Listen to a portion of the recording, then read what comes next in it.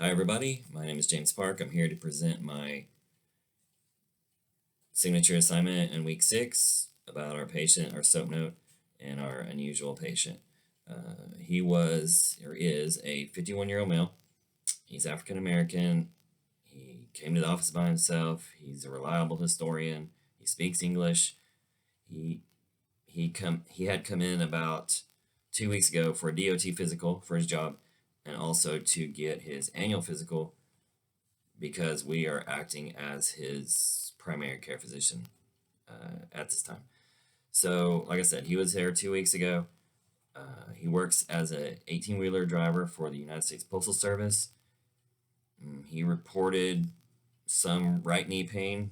He said that he had off and on for months to years, depending on what he has to do at work. If he has a higher load of taking stuff in and out. So they have to load these huge containers in and out of the truck. He's responsible for doing that himself. And he said that that does aggravate his right knee. He also said that he's been having some generalized joint pain in his hands and feet, both hands. He noticed it for several years, maybe a couple years, but he thought that it had been increasing in frequency recently. So he said nothing makes the pain any better, nothing makes it worse. He doesn't have any numbness or tingling, no radiation. And he also said that he feels like he's getting more fatigued. Recently, they are required to work 5 to 6 overtime shifts. He thought that might be the reason, but he just did say that he has just a general feeling that he's being more fatigued. So the PMI, nothing significant past medical history, allergies, no known allergies, no surgeries, no medications. He's current with his vaccinations, including COVID. He is married. He's a current smoker. He smoked since he was 18, he said, about a half a pack a day at this time. His mother's deceased from diabetes, his father from lung cancer. He has an older sister with diabetes and a younger brother with hypertension. So there's that. The Refuson systems, generally, in the general, he reported no weight changes, fever. Of course, he admitted to fatigue, which he talked about earlier, and no muscle weakness.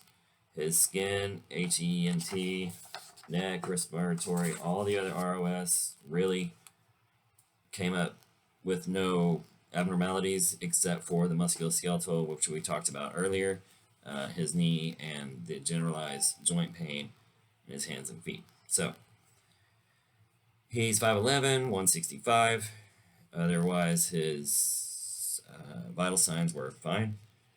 Physical exam, nothing really showed. In the abdominal, musculoskeletal, we did find a slight decrease in range of motion of the right knee. And he did have tenderness of palpation in the metacarpal and the proximal interphalangeal joints, so the PIP joints and the MCP joints. He was definitely kind of had some tenderness of palpation there. Lungs good, heart's good, skin's good. And so what happened was we did some laboratory work on him. Let me just say it as fast as I can here. His CBC was normal. His CMP was unremarkable, but his ferritin was over 400. And then just as incidental, his vitamin D was 32 and his PSA was at 6. So that's out too. A differential diagnosis was hyperferritinemia. That's what his diagnosis is. The differentials were hemochromatosis and hepatitis A. So we diagnosed him with hyperferritinemia, and what we're doing laboratory-wise is we're going to recheck his ferritin and transferrin and liver function studies, and to rule out that it was hemochromatosis, we're going to do a C282Y and an H36D. Those are gene mutations that if you actually have hemochromatosis, those are going to show up because it is a what's the word for it? It's a genetic disorder. So, and then we're going to do some phlebotomy on him and retest the ferritin. Okay. The plan was for him to be referred to hematologists and urologists, and because he has elevated PSA, so we definitely want to have him checking out that. The education was avoiding red meat and shellfish and other higher iron containing foods. And I happen to know what happened when he followed up, and the gene workup for him was negative for hemochromatosis. So, I mean, that's good news for him.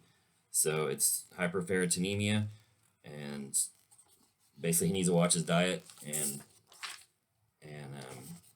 check it. If he needs phlebotomy, then fine, that'll bring his ferritin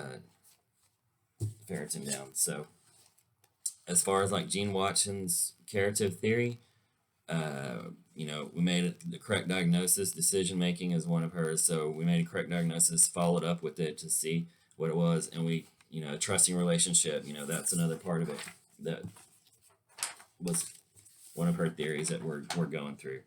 I thought this is a pretty interesting case. I haven't seen it before. So kind of just going in there and really figuring out what the problem was with this guy. We actually figured it out before we referred him out to hematology. So I thought that was pretty cool. And the resources I used, we used UpToDate. We actually used Woller's Quilter, a 5-minute clinical consult. I think that's pretty much it. I did some internet searches on ferritin labs and things of that nature. Also, some other stuff on hemochromatosis. So there's my presentation, and it was pretty interesting, honestly. So hope y'all enjoy it.